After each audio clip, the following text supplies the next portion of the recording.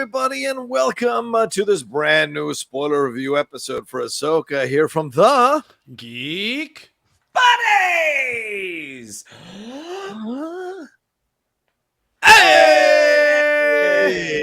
Well, we're back at it again, and what an episode for us to be coming back to review Ahsoka for episode 4, Fallen Jedi. So much going on in this episode, and again, this is a spoiler review, so if you clicked on it because you saw our pretty faces and you wanted to hang out with us, this is a spoiler review. So if you have not seen episode 4, go and do that and then come back and hang out with us. But if you don't care, then keep on hanging out with us because we're going to break it all down and talk about it here in this episode. But first, let's introduce ourselves.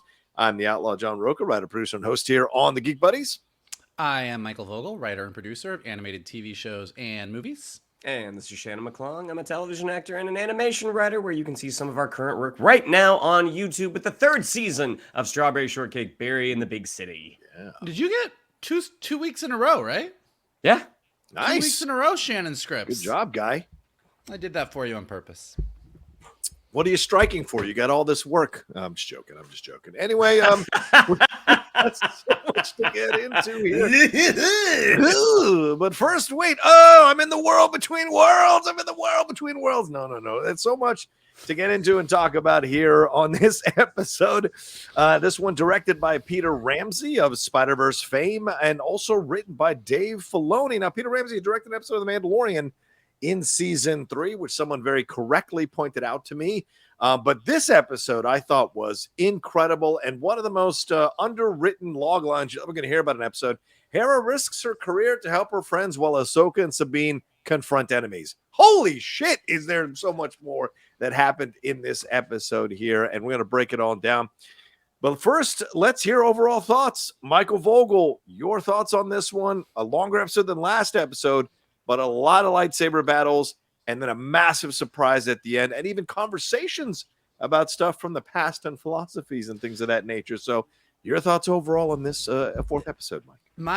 So I loved this episode. I will say, and it's mainly because my brother came back from Burning Man and was watching some old Andor episodes before we popped on episode 4 of Ahsoka. And I will say, and I don't know if this is Filoni's jump from animation to live action or what, like there's a little bit of a stiffness to all the, like there's a stiffness to everything in the way it happens. Some of the dialogue that kind of pulls me out sometimes, but that is my one minor quibble that I will give you in an episode that I otherwise absolutely loved. I think we got, obviously, we got, to me, one of the funniest reveals of a character in the history of Star Wars with our good buddy MARROK, which we will hit on. I have never laughed so hard and so full in my life as I did when all those internet theories literally went up in smoke. Can't wait to get there. But yes, obviously the ending was huge, but we even got a little bit more information about what happened between Sabine and Ahsoka, and why they kind of split ways in the past. So filling some of the gaps of the stuff we don't know, really moving the story forward in a major way. And yeah, that ending, if you are a Star Wars fan who loves the prequels and loves Clone Wars and loves Ahsoka, like that ending was killer. So a lot of really, really great stuff, like a lot to talk about. Yeah, for sure. And we're going to get into all of it for sure. Shannon, your thoughts overall here, as Michael mentioned, a lot of stuff that was talked about, some stuff in the background filled in. We even get a Carson Teva appearance. And then that finale that was so shocking, yet so perfectly done. Your thoughts? You know what? I really enjoyed it. I mean, I do agree, and that has been a very common critique with people, is that the performances do seem a little stiff. And I think for the most part, I've given a pass on that because like these are people that are not necessarily comfortable with each other. Yeah. That Ahsoka and Sabine haven't been together in a long time, and there is just sort of a chilliness to their relationship that is at the beginning of this episode starting to thaw a little bit. But I mean, again, this is just another great showcase for Ray Stevenson. He is just, I mean, I hope we just continue to find out more and more about him. because he just does. Baylan Skoll is just such a fascinating character right now. And again, even though he is clearly a bad guy, he is a bad guy with some honor. But yeah, I did really enjoy it. I mean, we got a couple of nice lightsaber duels. We got that very, very big reveal at the end, and we got the introduction, the first real live action introduction of the Ghost again. Not counting Rogue, that was real fast. Or no, Res Skywalker, because that was real fast. But to see the live action Ghost, that again, as a Rebels fan, that was just really, really nice. Yeah, fascinating stuff. I really enjoyed it as well. I didn't know what to expect. Watched it last night. Immediately jumped on and did an instant reaction because I just had to talk about it with people. And it was great to see so many people kind of dialed in and feeling the same way. You know, sometimes with Star Wars, you can really like it. And then all these people are like, it was terrible. It was not good. Blah, blah. But it seemed to be the consensus overall that people reacting in such positive ways about this episode. And I take both of your critiques, of course, into consideration, and valid critiques for sure. But, you know, for me, there's always been a stiffness with Star Wars. It hasn't been like free loosey-goosey, free balling all over the place. There's been a lot of stiffness, mostly from George Lucas's dialogue that has made it stiff. So for me, it hasn't been a difficult transition. Although, Michael, you are correct. You can notice it, that there is a difference in the translation, a little, because essentially a lot of people called it Star Wars Rebels Season 5, and it feels that way as you watch it as well because of some of the stiffness that was in the animation in that series as well. So I understand that. But to me, the lightsaber battles were fantastic, and the conversations. I mean, Baylan saying stuff about Anakin and about the legacy of him and Ahsoka being death and destruction. Him also saying, you know, well, he spoke of you highly. Well, it's funny. Never talked about you. With a little shade going back and forth there. And then seeing some of the moves. I mean, when Ahsoka senses that Morgan is close to getting those coordinates, she essentially becomes Catherine Zeta-Jones in Entrapment, and she is just dancing around the red lines all the way to get to that prize thing. And then we see what happens to her. It isn't a happy ending. Essentially, she might, of course, probably not dead, but still, the feeling is that Baylan bested her in that moment, even though she was in a weakened state, and Sabine was there. Baylan ends up besting her. So there was a lot here, and then I think we got a lot more with IVANNA SAKHNO doing a great job as SHIN HATI as well. I mean, the stares between her and Natasha Liu Bordizzo, I thought were fantastic. So a lot of good acting, and Peter Ramsey's direction was on point here. And the visuals of it all were so well done as well. Plus, I mean, Hera, I know you got to take your son to work day, but I think you went a little far with this one, putting him in danger, Jason there. So we're going to talk about it all. We're going to break it all down into 3 sections here. So I'm going to just toss out some basic stuff that happened, and the gentleman below me and next to me are going to fill in the spots there. All right, let's get on. We start out on Citos with Huyang and Sabine repairing the T6 shuttle. Ahsoka's contemplating something outside the ship, as she always is. Ahsoka wants to know if Sabine will do the right thing and sacrifice the map if they can't get to Ezra so they can stop Thrawn from returning. Sabine tells Ahsoka what she wants to hear, but it's a little bit fishy when you're watching it. And Ahsoka, continuing this later on in the ship, says this line, sometimes we have to do what's right regardless of personal feelings. Is that an Anakin reference? Is that other reference? Is this a Mandalore reference? I don't know. So there's a lot with that line, I think, that'll have some meaning. Huyang is outside and is attacked by the guards, and we get some droid martial arts, which I thought was pretty cool to see there. Sabine and Ahsoka sense what's going on there, jump out and fight them off. They head out to the ground base together after telling Huyang to get in touch with Hera. Huyang tells them to fight together, and they respond playfully about fighting together. At the henge, Shin says they found Ahsoka's ship 12 clicks away, because apparently we're using American military jargon. We see Morgan loading over the droids, making the hyperspace jump calculations. Morgan talks about getting rid of Ahsoka, but she thinks she senses fear in Baylan, but Baylan says it's not fear, it's experience. She tells him to have faith, and he says that he lost that a while ago, and then says the word witchcraft when he sees what she can do with that map.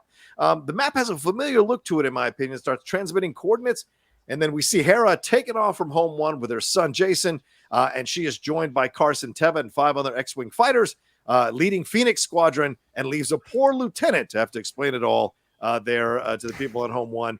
And I'm going to end the section by saying, is this the Rangers of the New Republic? So just these questions here overall. So, Michael, your thoughts as we get this opening here by the ship, them fighting off the guards, Ahsoka and Sabine having that conversation about the space map, and then Hera and Carson Teva there having that conversation, and Baylan and Morgan. Yeah, something that I found really interesting at the beginning. I love that we just dove right back in, like picking up right where we left off from the week before in episode 3. But this whole conversation that Ahsoka has with Sabine about, like, you know, will you do what needs to be done? Like, can I trust you? Can I count on you? It's interesting because I had this sort of weird reaction of, would the Ahsoka that we know do that? Or would the Ahsoka that we know go, no, we're going to save Ezra no matter what, and we'll deal with whatever else comes. Now, I think that there's a strong case to be made that we don't know as much of Ahsoka post her realization. Right. Like, basically, and I think people need to keep this in mind, because I've been thinking about this too. Like, even though we saw Ahsoka in Rebels, and she had made it through the Clone Wars, she had made it through Order 66, she came back to Bail Organa, said, I'm in, she became Fulcrum. The last thing that really happens is she fights Anakin. Yep. And then she gets pulled out of the world between worlds, and we see her briefly with Ezra near the end of Rebels, but that's all we really see of her. So her knowledge of what happened to Anakin and how that affects her as a character is something we've not seen as much. And it feels like whatever happened between her and Sabine and where she is now, and some of these decisions are really, really colored by this really complicated relationship with her former master. And it seems like this Ezra decision to me is one of those things where it's like feeling this pressure that you just can't let stuff like this happen again. And I hope that they lean into that. I hope that this next episode that we get with her and Anakin, and I hope that wherever Ahsoka comes out at the end of the season is a little bit of that journey of sort of the PTSD of going, did I really fuck up? Like, should I have left the Jedi Order? Had I not, what would have happened? Like, you know, could I have done more? Could I have done something differently? So I think her really struggling with those demons, if that is the case, like the whole conversation with her and Sabine, as much as I was like, ain't no way Sabine is letting Ezra go. So we all know that. But I thought where Ahsoka was coming from, I thought it was really, really interesting. Hu Yang fighting those assassin droids. C-3PO could never. C-3PO could never. He is just, I mean, I really liked him when he appeared in Clone Wars, but he is really rising up the ranks to be a really, really fun droid. He's sort of the perfect droid chaperone to be there for both Sabine and for Ahsoka, and I really love everything about him. And then them coming out, just lightsaber, awesome sauce, and really fun. I mean, I think it's the first time that we see Sabine coming out full helmet, full Mandalorian, looking like she stepped right out of Clone Wars, and it was really thrilling to watch the two of them fight. And I really do think a big part of this series is Sabine does better when she fights as a Mandalorian.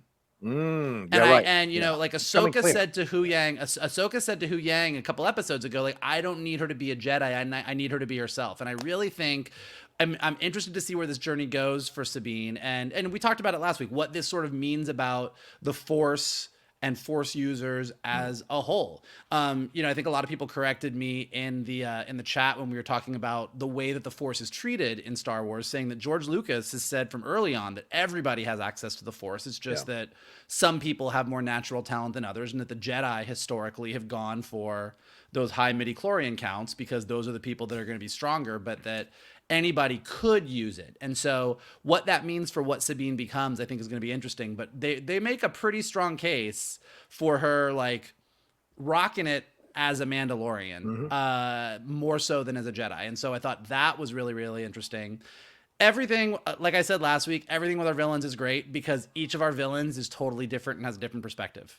You got Morgan Elsbeth sort of like night sistering it up with all her like weird witchcraft and weird sort of mysterious stuff. Yeah. You got Shin Hati like a fucking rabid dog on a chain, just being ready to be let loose. I mean, that girl just wants to fight with her dark side. And then as Shannon said, Baylan just has this weird, really cool honor to him. Like, he is a villain that you genuinely like.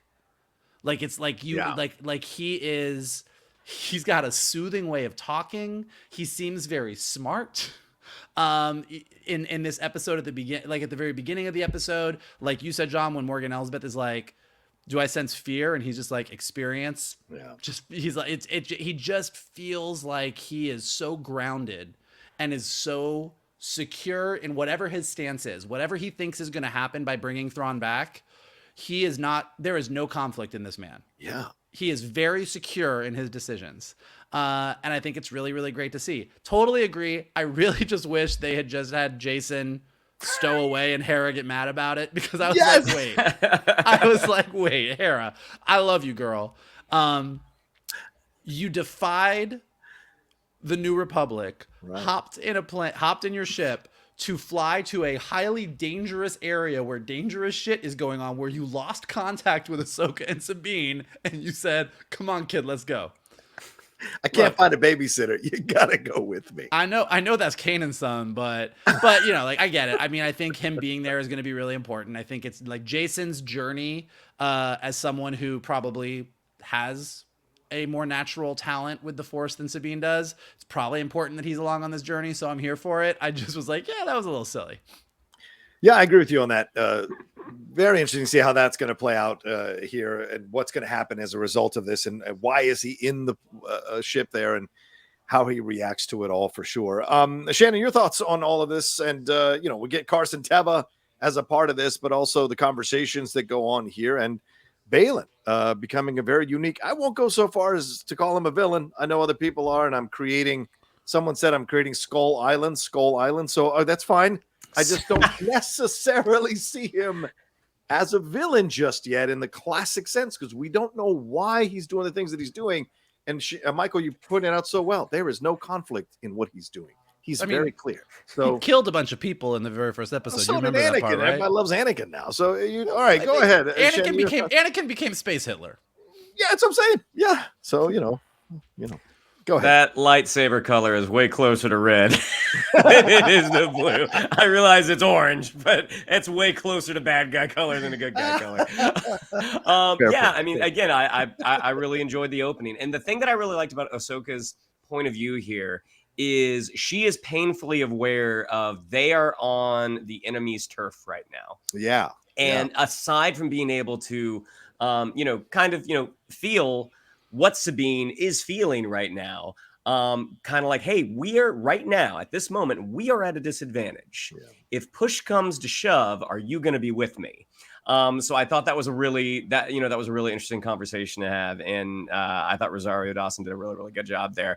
Again, Hu Yang, he is C-3PO meets K2SO.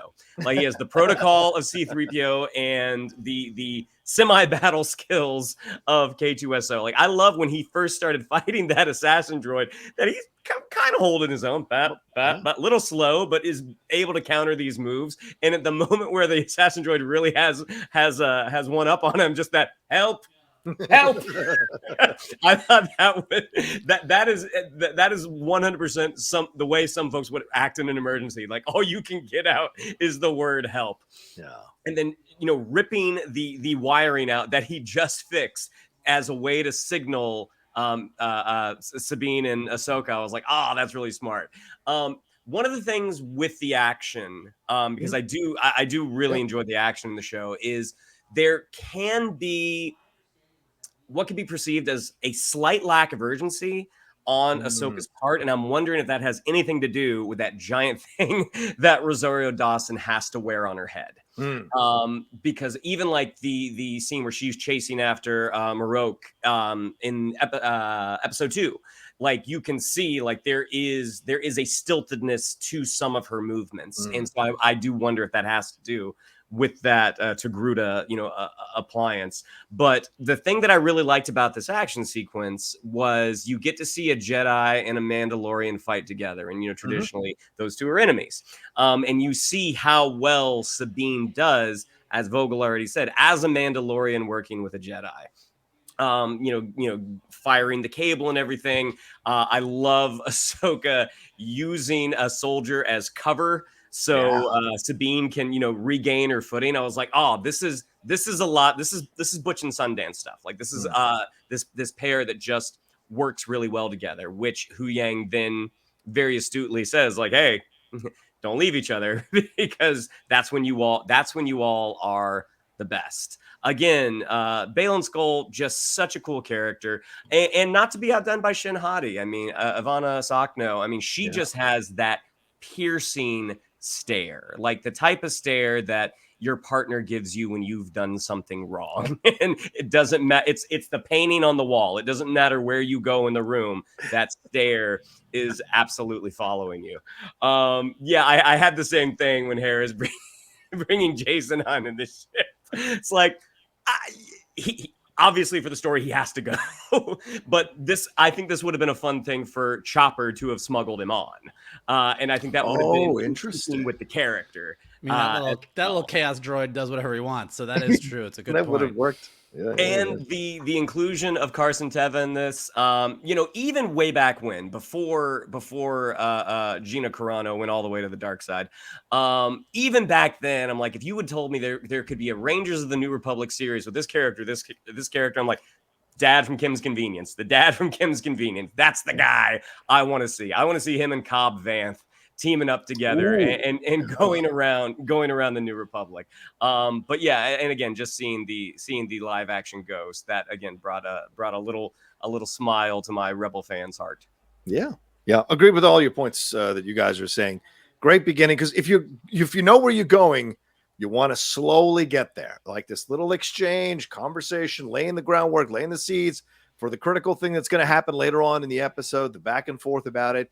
And certainly hinting at some of the decisions that Ahsoka's had to make in her life. This is an older Ahsoka, and I think Mike, you pointed out so well, we don't know what she's been through since she found out about Anakin. That is a trauma that's deep and hard for her to come to terms with and negotiate and navigate. And clearly there might be some residue from what Baylan alludes to later on in the episode between her and Sabine about what happened on Mandalore. So what is that all that she's carrying here? So there's a lot of weight in their exchanges back and forth about the things that need to be done here. And Ahsoka has a harder edge to her, and very much a cutthroat, a sharper edge rather.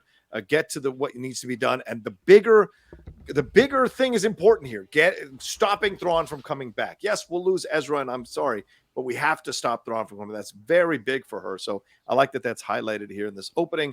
Love the Morgan and Baylan chemistry there between the two. I may not be the biggest fan of what Diana Lee Inosanto is doing with Morgan Elsbeth, but I like her interactions with Baylan in the back and forth. And you're right about Shannon. I mean, IVANNA does so much with the eyes.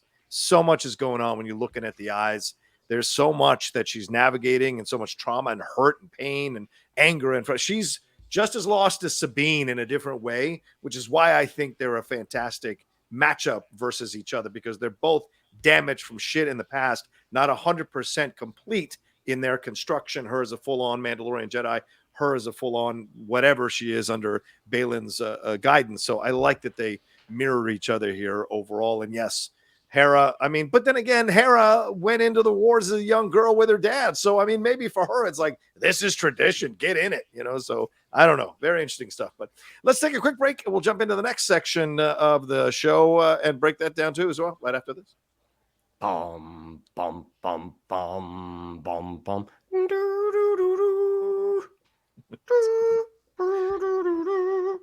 All right, next section. When last we left Ahsoka and Sabine, they were running towards home base. Shin and MARROK are waiting for Ahsoka and Sabine. This is awesome. Just sitting there waiting for them. And then a dual fight breaks out between both Shin versus Sabine.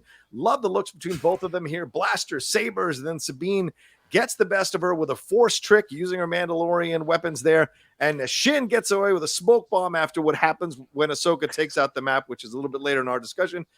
But then Ahsoka battles MARROK in an awesome sequence here that, for me, absolutely evokes the Twin Sons episode from Rebels between Maul and Kenobi in that ending there between them. And then she turns MARROK into dust. Very samurai-like, very much a thing. And so, as Michael said, all your theories go up in smoke. And I saw some people speculating that it might mean that because of the blast of the green Ishor, that he is a Night Brother from Dathomir, brought back to life by Morgan Elsbeth. So that's very possible here. And then we see Baylan calmly waiting for Ahsoka after Ahsoka takes care of MARROK, because Sabine tells her to go ahead and handle things with the space map. She's got SHIN HATI, which really offends SHIN HATI. I love the look on Ivana SAKHNO's face. Like, you dare to think you can go toe-to-toe with me?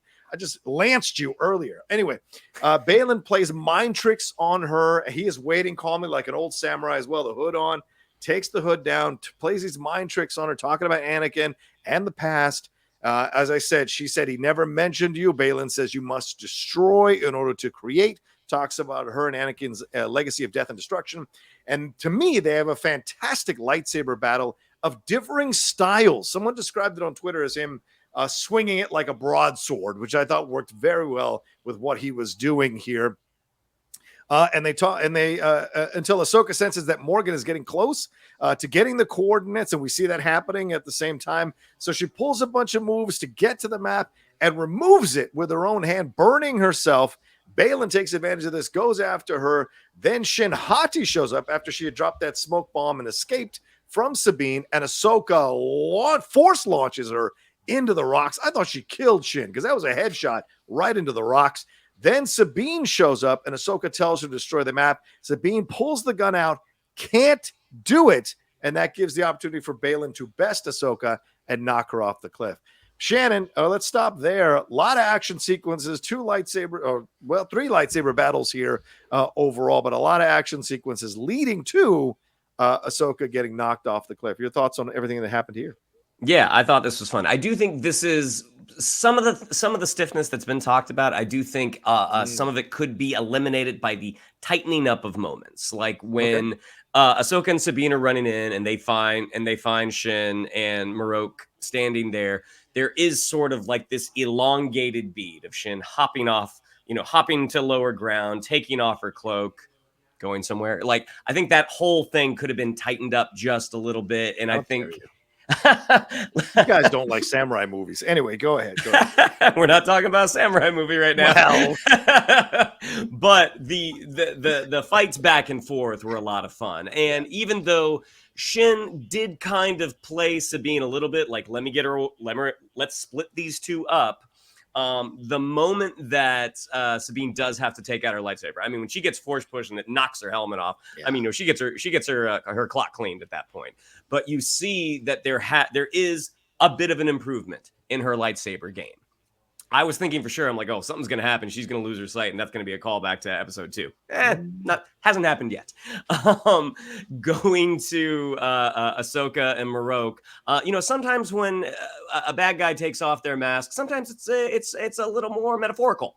And instead of a mask coming off, it's green magical space dust that flies out that lets you know, like, oh, this character's kind of like Savage Opress. So metaphorically, he was unmasked.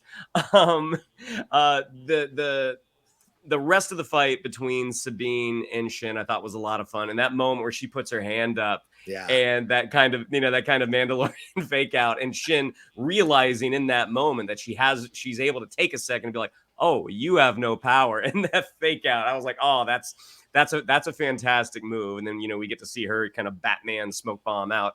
The back and forth between Ahsoka and Baylan, this was probably my favorite part of the episode. That it's this, they're not negotiations, but it's sort of like, okay, this is who you are, this is who I am, this is what we're doing.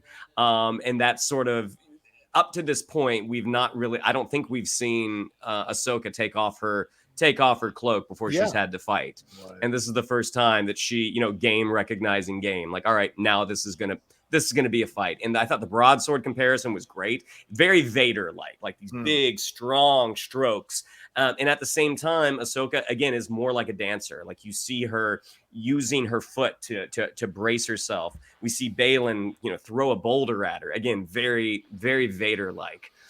So I thought that fight was a lot of fun. And that moment where as you already said, John, she sees Shin by herself and she is picturing the worst right now. Oh, Sabine's gone. I did it again. I messed up again. And the force which she throws Shin, I was like, oh my God, I didn't think she was dead, but I thought for sure, like, oh, she's jacked up right now. The moment where she grabs the map, and again, because we know that Morgan Elsbeth is a Night Sister, that there is some sort of magic in that map right now that really kind of hobbles her a little bit. And then when Sabine shows up and has that was just a great sequence. And the way Baylan talks to her, he makes sense. Makes sense there. He is so. Yeah. Oh, have we not gotten to that part yet? Not yet. No. Oh, sorry about that. All right, sorry. I'm done. Okay, all right, Michael, your thoughts on everything that happened here? Here's what I think. I think that Dave Filoni was sitting around and was like, "Hey guys, you know how George Lucas introduced Boba Fett and everybody lost their mind, and then 3 years later, Return of the Jedi came out and he just dumped him in the Sarlacc pit like a chump?" And everyone's like, "Yeah, yeah." He's like, "Bet we could do it better in 3 episodes." And they did. Everything that happened with MARROK makes me love everything that we as Star Wars fans are. Yeah. I mean, people were combing the credits. Sam Witwer was credited. What does this mean? And MARROK means wolf, and Ezra has the Loth wolves, and Filoni loves wolves. Therefore, it's this. But in the Heir of the Empire novels, Luke faced a clone of himself, and therefore this. Like, people had their theories, and they were running with it. And when and I will also say, because sometimes when you watch the previously on these episodes and you see what they focus on, you're like, okay. And they focused a good bit on Ezra. Like, Ezra came up a lot in the previously on. And then the title was Fallen Jedi. And I was like, oh, fuck, man. Everyone's right. And they're about to reveal that Ezra is the Fallen Jedi. And they're going to reveal that something happened and he's MARROK and he fell. God damn it.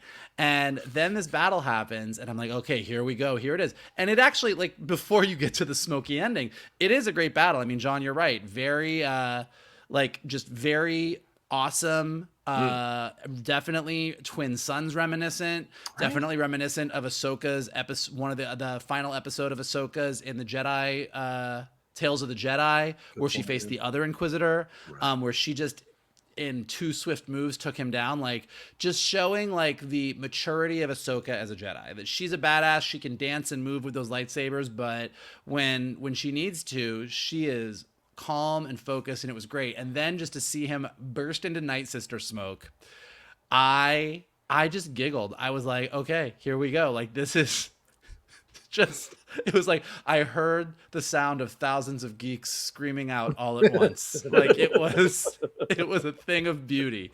But yeah, and then, so then Ahsoka runs off. You got SHIN HATI versus Sabine, and I think Shannon nailed all the big moments, but it really was like seeing her hold her own again, holding her own more as a Mandalorian than as a Jedi.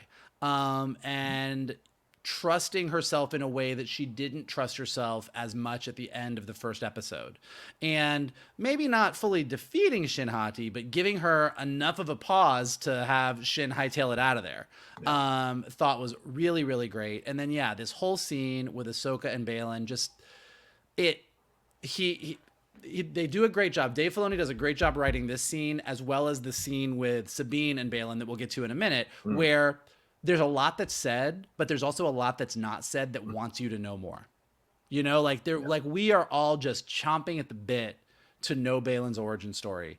When was he in the Jedi Order? When was he out of the Jedi Order? Why did he leave the Jedi Order? How well did he know Anakin? Like, you want to know these things. And Ahsoka just being like, I'm not going to fall for your tricks. I'm not here to talk about my past. I'm not here to talk about Anakin. I'm not here for you to like lure me with your dark side mumbo jumbo. Like, I'm here for this map, and that's what's happening. Like, it was just as Shannon said, 2 very matter-of-fact adults having a matter-of-fact adult conversation with lightsabers. And he was a fucking bruiser with that thing. Like, it was a very, very compelling, awesome lightsaber battle. And when Ahsoka thought that when SHIN HATI shows up and she thought the worst, like, she let loose a little bit. Like, she was upset. Like, I don't know what happened between Ahsoka and Sabine, but I am definitely wanting to know more. And then, her burning her hand on the treasure planet globe was interesting. And not sure if a lot of people are saying the burning of the hand is what kind of let her get into the world between worlds at the end, which we'll get to. I'm not sure, but like definitely not unintentional that she burned that hand. Like, it was a very clear moment. Cool and interesting because of the Night Sister magic and everything else, but not sure if there's more to it than just like that was a really hot globe, but it's going to be interesting to see. Yeah. The Star Wars Tesseract. That's what that was. So you can't always hold it. But the burning of the hands interesting, Mike. I hadn't heard that about. That could be a little bit of the magic that got her into the world between worlds. That's pretty cool to consider in that whole sequence. for sure. But her reaction to it all is pretty strong. She still fights back to Baylan, and then eventually, does succumb to what he's doing. But it's great the way they build to it, right? Giving her the samurai moment, and then heading into this massive battle with him, who's his equal, as you said, Shannon. This is her equal, rather, back and forth in what they're doing. I just really enjoyed all of that and got to savor it so much. And you're looking at the fight choreography too, right? Because we know he's an older guy. She's a bit younger, so she's going to use different moves than he uses. But as you said, Michael, the brutal strokes that he's taking can kind of blunt some of those faster moves. There was a sequence where she's putting her foot like she's horizontal with her feet against the rock as she's trying to manipulate around him. But also the conversation, and is what you alluded to earlier, Michael. Baylan is clearly laying out like, yes, he's coming, and there's something, and it's the right thing to do. And he's not bringing war. You guys are going to bring the war. But what he's got to do, what has to happen, this has to happen. And it's very matter of fact. And there's nothing you can say to convince me otherwise. I'm very clear about what I'm doing, which is why after it was over, I'm in my mind, I'm like, I don't know if he's a villain. What is the motivation here? I need to see what the motivation is for why he's doing the things he's doing. Because as we're about to see, Sabine gives him the map. So is she kind of a villain because she wants selfishly to have Ezra back, even if it means millions of people might die at Thrawn's hand? So these are these questions you have. What is the line of villainy here? What is his real purpose? What is his real motivation? And we don't know yet. We know Morgan. She's clearly a villain. But what is Baylan? What's her motivation? How do you know she's to bring back a guy who she knows is going to destroy half the galaxy and subjugate everybody to his will? Well, but Baylan knows that too. He says you need to destroy to create. So he also knows. Purpose? Right. What's he trying to destroy, though? And why is he trying to destroy it? Well, why is Morgan trying to destroy it? Maybe Morgan's a good guy. guy. I don't know, and I don't care, to be honest with you. Baylan's the more interesting character. Baylan's the more interesting character. Just find this very, I like your cherry picking of motivations here for your villain versus not villain. We always do that, cherry pick. All right, let's take a quick break, and then we'll jump into the last section of the show here right after this. Nice harbinger. All right. Anyway, as we were saying here, let's go back. Let's hit the last section of the show. Baylan turns to talk to Sabine, and a lot of people are speculating that he's using the Force combined with empathy to talk to her. This isn't a Jedi mind trick. He is actually talking to her about this stuff. He channels her knowledge of Ezra, channels what happened to her family on Mandalore, and brings that up, and that Ahsoka may have been a part of what happened to her family, and in essence implying that Ezra is the last family she has left. So that eventually convinces Sabine to give him the map. He says they both want to go to the same place, that her Mandalorian family, I say all that, right, sorry, I already said all that, and that Ezra will be coming back along with Thrawn. So he puts the map back into place. Morgan gets the final coordinates. Baylan destroys the map after that and takes Sabine, Shin, and himself to the Eye of Sion. Hera and the Phoenix Squadron show up in the path of the Eye of Sion. A little late there, Hera, but Morgan we see them there. Sabine sees them there. Morgan, who I know is a villain, gives two shits about it, turns on the hyperspace jump anyway, evoking, as Shannon said, the Last Jedi, knocking out two of the X-Wing fighters, and I think killing them. Jason mutters a terrible version of, I've got a bad feeling about this, and then we head back to the cliff, go out over the water, and suddenly Ahsoka comes into view, larger than life. Is she alive? Is she dead? No clue, but we see after a few seconds that she is in the world between worlds, and we hear a familiar voice call her Snips, and we hear that familiar voice say he didn't expect to see her so soon.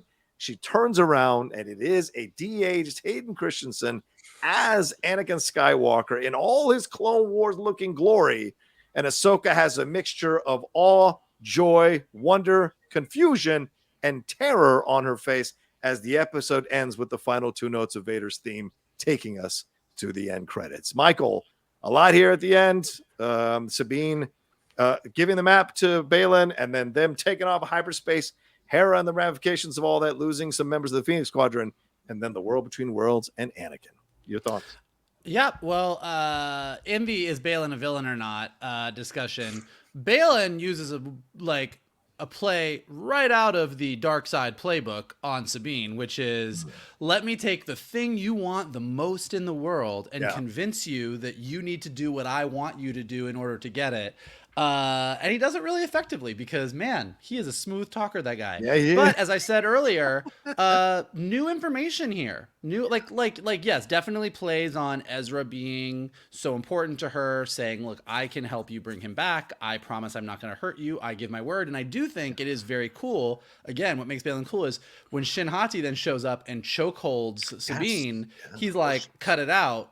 I gave my word. Like, he might be a villain. He might be a villain, but he is a noble villain. But I think the information that we get that is very interesting is what he says about Sabine and Ahsoka, which is that he basically says she didn't trust you, and that's why you lost your family.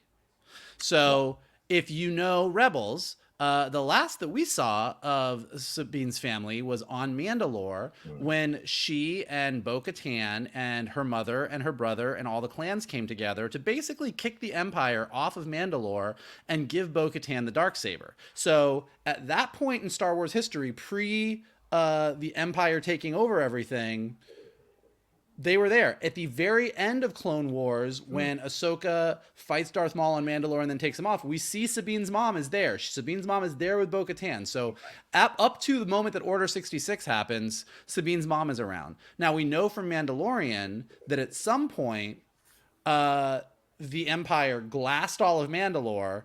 All the Mandalorians went off on their own, and Bo-Katan went on her journey.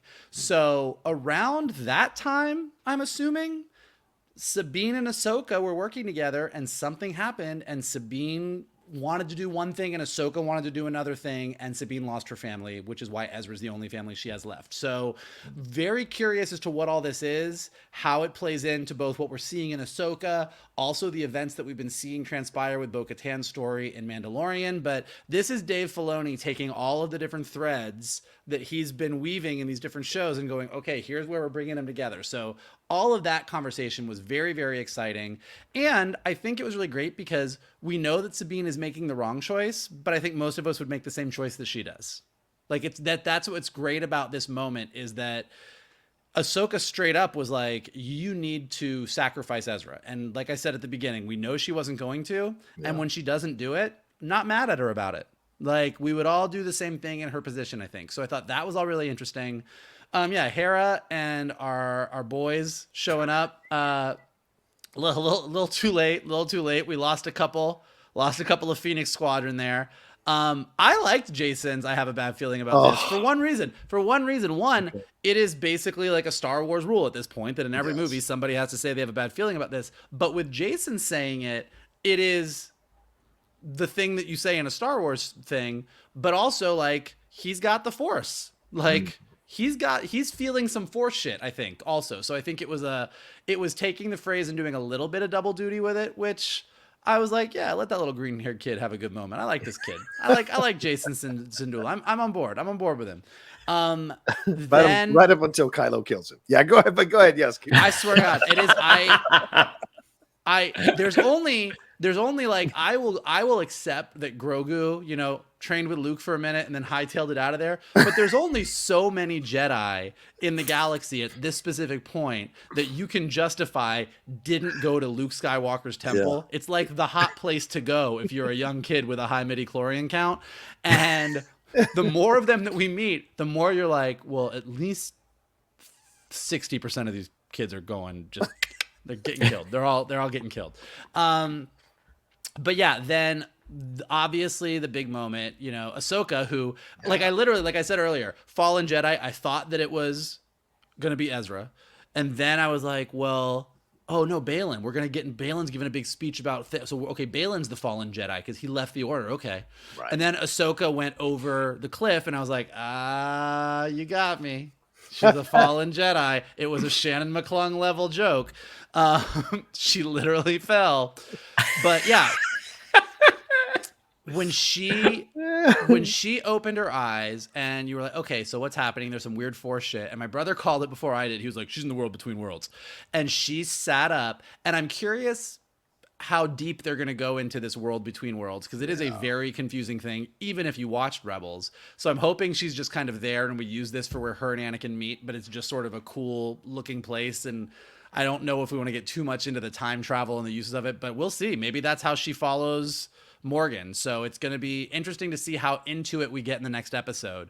But yeah, hearing in live action Anakin Skywalker say, "Hey, Snips," and then Ahsoka saying "Master" and turning around and seeing him, even if his face looked as smooth as a plastic baby's butt, it was just an awesome, like, it's a moment that you don't think you're ever going to get to see. Yeah. And to get to see it, like, and I've said this before, like, Ahsoka's relationship with Anakin is on par with Luke's relationship with Anakin. Like, they are flip sides of the same coin as far as how important this person is in their lives.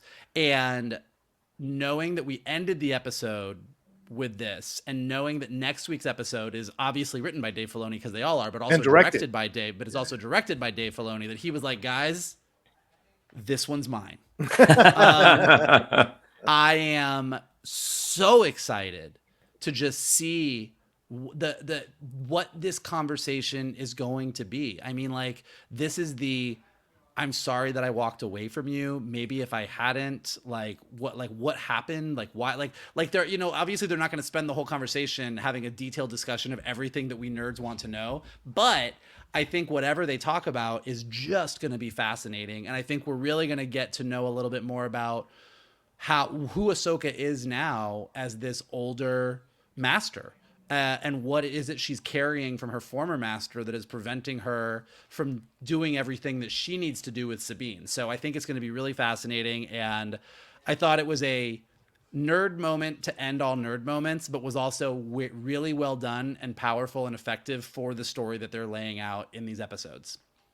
Yeah, if you're not going to do a flashback, this is the way to bring him in. And it worked so well in the episode as well. Shannon, your thoughts on these final moments here in this episode, and then boom, leading to that big final moment at the end. So I'm going to start with that big final moment at the end because it's fresh in my head right now. Of all the things that those two could talk about, and as Vogel already said, we're not going to get we're not going to get a sliver of what we want to hear, but I just want to hear Ahsoka say, "I met your son." Like, I just want something like that. But in terms of what the plot needs, that's probably not it, which is just such a bummer. Going back to Sabine having the map in her hand and the blaster up, threatening it. Baylan is the medicine she wants. Ahsoka is the medicine she needs. And it's like the way he is able to put things, he's a warm blanket by a fire. It's just like what he is saying is what I want to hear. And from his point of view, from his mouth, it is just making so much sense right now. And, I know we haven't talked a ton about Natasha Liu Bordizzo's performance, but this was for me, this was a really, really strong one. You can see the conflict on her face. Like, I know what Ahsoka said. I know what the right thing to do is, but I do not want to do it. The moment that Shin does the force choke, because we don't see Shin, it's just Sabine by herself, and I'm like, that motherfucker. Did he immediately go back on his word? And then we see it's Shin behind her, and when he tells her to stop, like, he is very serious. He's not dismissive about it. It's not like, oh, that's cute. My assistant is having some fun. He's very clear. Not Shin, stop. Yeah.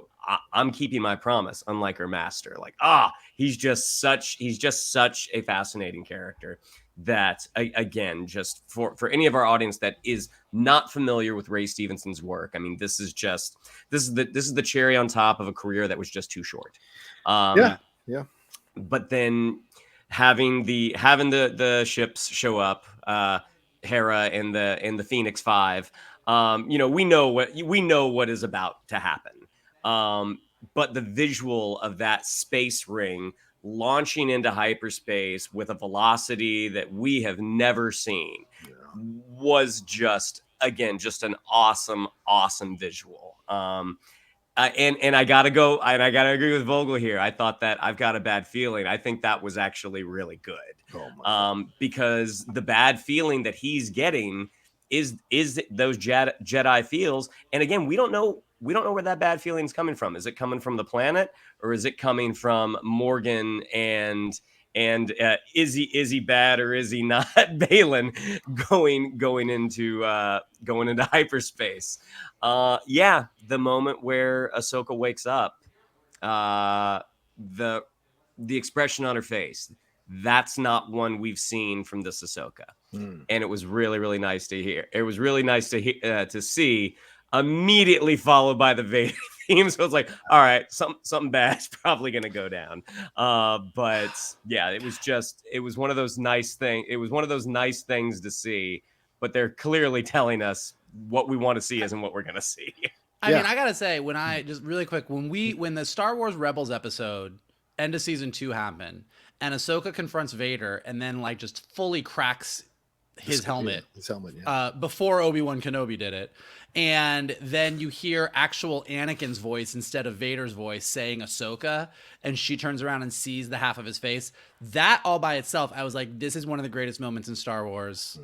We're never gonna see anything better than this. Never in my wildest dreams at that point in life was I like, we're gonna get to see this reunion in live action post Return of the Jedi. Like, it's wild to me.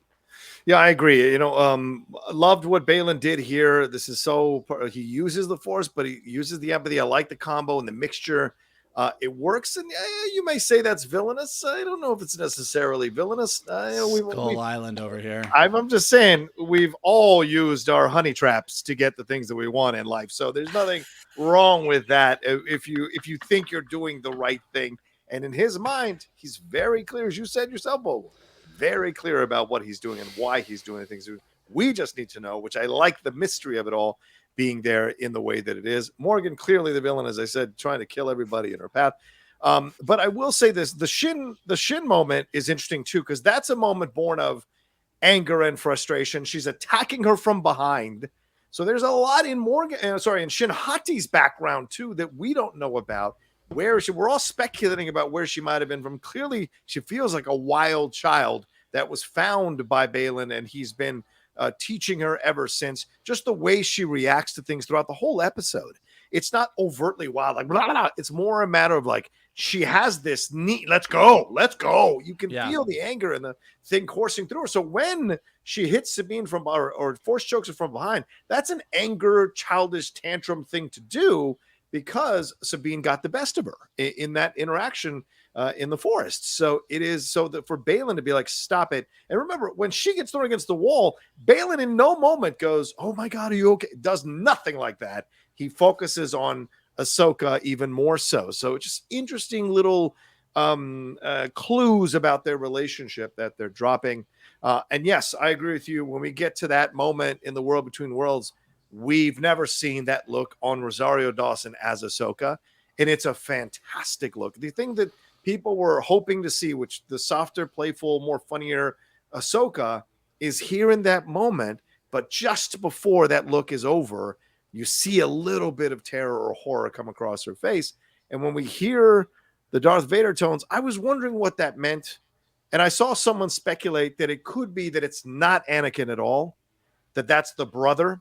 And remember, she has the sister's energy in her from the Mortis trilogy, and it could be the brother trying to fake her out there in the World Between Worlds to get what he wants. Maybe it's vengeance, whatever, but that could be something to explore. So maybe in the end, we still won't get this closure that we're desperate to have between Anakin and Ahsoka, and that could be an interesting twist. And if they pull it off correctly, it'll be awesome. If they don't, Star Wars fans are going to be super pissed. I'm going to tell you right now. So I love the Mortis arc as much as anybody does. Yeah.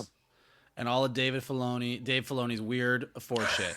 But in the list of things that are probably a bit too confusing, to have Hayden Christensen show up at the end of an episode, and everyone who's not a Star Wars fan turns to their significant other and goes, okay, because like she left him, right? Like that's yes. And if in the next episode he all of a sudden turns into the brother, and that poor spouse has to go, okay, so listen, there's these 3 weird people. Like Look, it's too wall. much. It's too much. It's like that's right up there with MARROK's Starkiller. Like it is like, okay, everybody take a step back. The reason that Vader's theme played is because Anakin was Vader. This is 5 years after Return of the Jedi. Right, I know. He has been Space Hitler. Like, that is a part of who he is at this point, and he can't let go of that. And so I think that this is a Anakin who was redeemed. But he was redeemed. He was redeemed at the end of Jedi. When you're redeemed of something, it doesn't mean it just disappears. It means you've moved past it, but it's still a part of you. Like,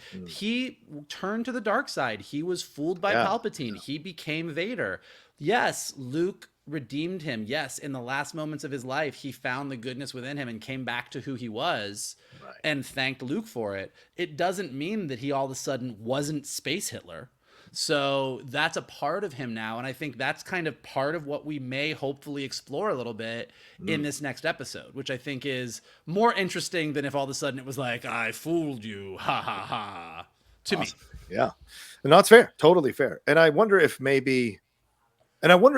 Hayden Christensen himself studied what's the voice actors who did Anakin's voice in Clone Wars? Is it Andrew Taylor or whatever his name is? There something like that? I can't remember his name right now, but I will say, well, he did say when he did Obi-Wan Kenobi that he watched a lot of Clone Wars. Yeah, so I think he adjusted his voice to sound like that version of Anakin, because you're essentially seeing that version of Anakin in this moment. So I that's a great work by Hayden to do that. You know, so. Matt Lanter.